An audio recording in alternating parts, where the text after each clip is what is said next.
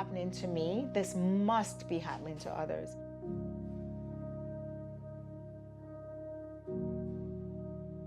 The system that was supposed to provide me with employment in my profession failed to do so repeatedly.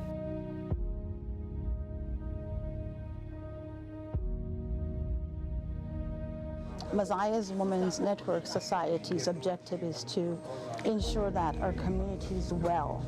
And when people are well, the wellness comes from also eating healthy and good food.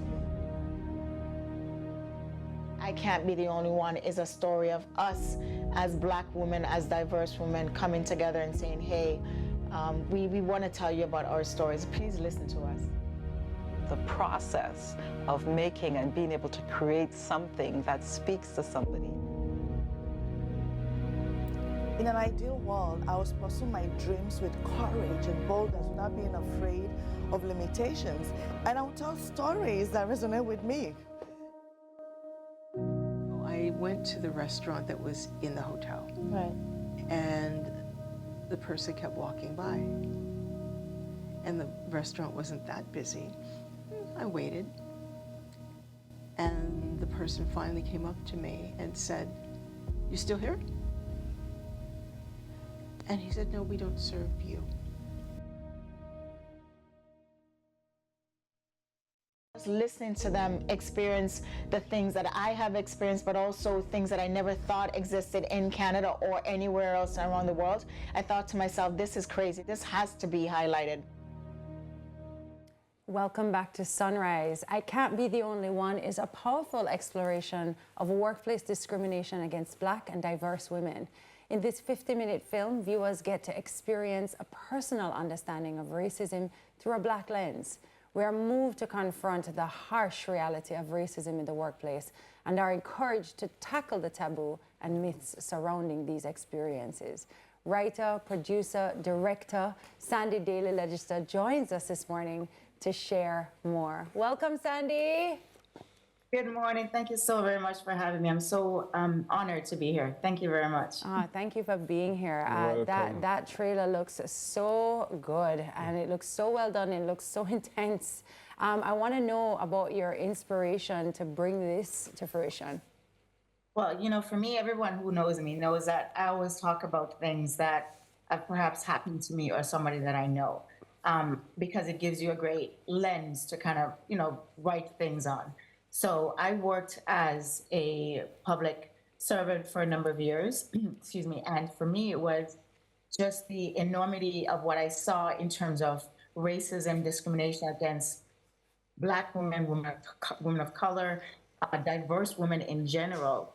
I had to bring this to the forefront because I'm always one to be a social advocate for myself and for others in my writing. Yeah, you know, I think it's also interesting because I know you're talking about being in Canada, maybe also in the US, because it's not just, there's another layer, isn't there, as well, like, you know, as well being from a different country and what you probably face and what other women face not being, you know, from Canada or America per se. When you heard other women's stories, were you surprised at what you found? I actually was, Tami, and it was quite, you know, you hit the nail on the head because I left Jamaica when I was 16, excuse me. And so for me, having this, a country where I see myself in government, I see myself on television, it was so difficult to have that not transferred immediately when I moved to Canada. So having seen that and having been through this, you know, it's a different lens when you're coming from a Caribbean country. And as well, the experiences of a Canadian, an American versus a Caribbean woman is so diverse and it's so diluted, right? Every experience is different. And so I was, you know, to your point and to your question, I was very surprised about some of the things that these women had to bring forward. But the thing is, I was so happy just about the resiliency of what these women then brought forward to their lives, because they never sat down and said, okay, woe's me. You know what I mean? It was more of what now? What do I do then? And so I Can't Be the Only One is a story of resiliency, of strength. It's a story of, you know what? Okay, so you're not going to give me what I want. I'm going to take what I need. and that is so important. Love that. You know, as a listener, I'm so inspired by you sharing with us, you know, so boldly and courageously, because it's a theme that a lot of persons experience, but we don't often share. You know, I went to Montreal and I was in a hotel and I was entered the elevator and there was one woman in the elevator, a Caucasian, and I went in and I said, "Good morning." Right. Because it's French speaking, I figured that she didn't understand English, so I said, Right. "Bonjour, my best French good morning," and nothing. And she was, you know, she drew up. When I exited the elevator, I realized, I said, "You shouldn't have said a thing. She could have screamed," you know? But I'm sharing the story for the very first time here. What inspired you to be bold enough to document and share this story? Well, you know, I've hit the nail on the head right again, IT. For me, I've always been a bold person, much to the chagrin of my mother, who's like, "Oh my God, Sandy, can you not just," you know, but it's always been in my blood. And for me, you know, the fact is, these women, the stories that they had to tell, some of them did not want to speak. I reached out to a ton of people and they were scared. Yeah. On the truth, they were like, "Sandy, okay, I know your career is here a certain level. No one, not that they can't touch you. You're bold enough. Everybody knows that you're bold.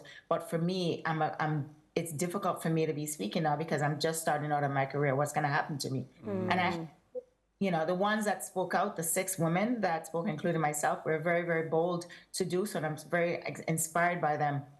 But it's always been, I've gone through racist, you know, incidences in Canada, in the US. And, you know, Canada and the US we have 2 different systems. We have more overt ones in the US where you actually see it right in front of you. Canadians, you know, we tend to kind of put it under the table and kind of put it as something else. You know what I mean? So it's more covert. See that. And so I always like, okay, tell me what I can see. I'd like to know what I'm against. I'm that type of person.